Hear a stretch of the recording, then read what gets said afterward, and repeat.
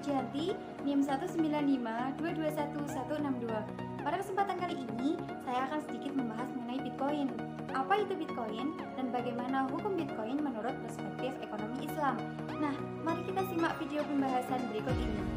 Di era modern seperti saat ini, muncul berbagai macam teknologi canggih. Salah satunya adalah transaksi menggunakan uang digital, yang pada saat ini lebih dikenal dengan Bitcoin. Bitcoin muncul pada tahun 2009 yang diperkenalkan oleh Satoshi Nakamoto sebagai mata uang digital yang berbasiskan kriptografi. Dalam transaksinya, Bitcoin menawarkan sistem transaksi tanpa pihak ketiga dalam pembayarannya atau tanpa perantara bank. Perkembangan transaksi digital tentu tidak dapat dihindari oleh masyarakat, tetapi juga mendapat respon yang berbeda-beda. Pro dan kontra penggunaan mata uang Bitcoin sebagai alat transaksi pembayaran terjadi tidak hanya di Indonesia, tetapi juga di negara-negara lain. Dalam perjalanannya, Bitcoin mengalami polemik tersendiri di seluruh penjuru dunia. Banyak negara yang membuka tangan dan melegalkan Bitcoin, dan di satu sisi ada juga negara yang menentang adanya Bitcoin. Apabila dilihat dari sudut pandang kelebihan dan kekurangannya, Bitcoin memiliki keduanya. Tidak ada payung hukum yang mengatur tentang Bitcoin.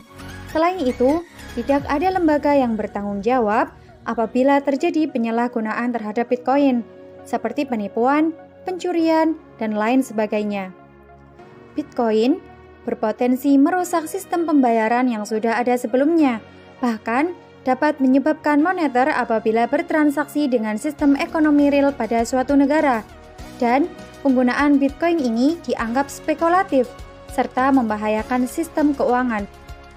Kemudian, dari segi kelebihannya, Bitcoin tidak mengenal batas negara, tidak terpengaruh karena kondisi politik di pemerintahan, dan suatu bentuk tabungan baru di masyarakat. Penggunaan Bitcoin sebagai mata uang secara hukum Islam diperbolehkan. Tetapi, ada kriteria pemenuhan akad yang sah sesuai dengan DSN MUI, adalah tidak untuk spekulasi, adanya kebutuhan transaksi atau berjaga-jaga. Apabila transaksi sejenis maka nilainya harus sama, dan apabila dilakukan dengan berlainan jenis maka harus dilakukan dengan nilai tukar. Keputusan hukum fikih dalam transaksi Bitcoin belum secara resmi dikeluarkan fatwa oleh DSN MUI sebagai pihak yang diberikan kewenangan dalam menentukan boleh tidaknya transaksi tersebut dilakukan berdasarkan perspektif Islam. Akan tetapi, dari pihak Bank Indonesia telah menekankan penggunaan Bitcoin dan menyatakan bahwa hanya mengakui rupiah sebagai alat pembayaran yang sah di Indonesia dan melarang seluruh penyelenggara jasa sistem pembayaran untuk menggunakan mata uang virtual. Tetapi, belum ada pasal perundang-undangan yang mengatur secara resmi penggunaan Bitcoin di Indonesia. Jadi, legal atau ilegalnya Bitcoin tergantung dari mana sumber yang kita ambil. Transaksi Bitcoin memiliki potensi kemudorotan yang lebih besar dibanding dengan keuntungan yang didapat. Transaksi Bitcoin tidak disarankan dalam penggunaannya saat ini sampai ada yang mengatur regulasi secara resmi, bertanggung jawab, dan dikeluarkan oleh fikih dari pihak DSN MUI.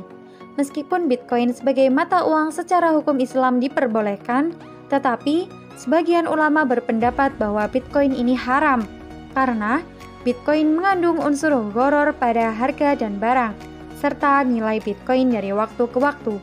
Jadi, lebih baik kita meninggalkan suatu perkara yang masih samar-samar hukumnya. Nah, mungkin itu yang dapat saya sampaikan mengenai Bitcoin. Kurang lebihnya saya mohon maaf yang sebesar-besarnya. Billahi taufiq wal hidayah. Wassalamualaikum warahmatullahi wabarakatuh.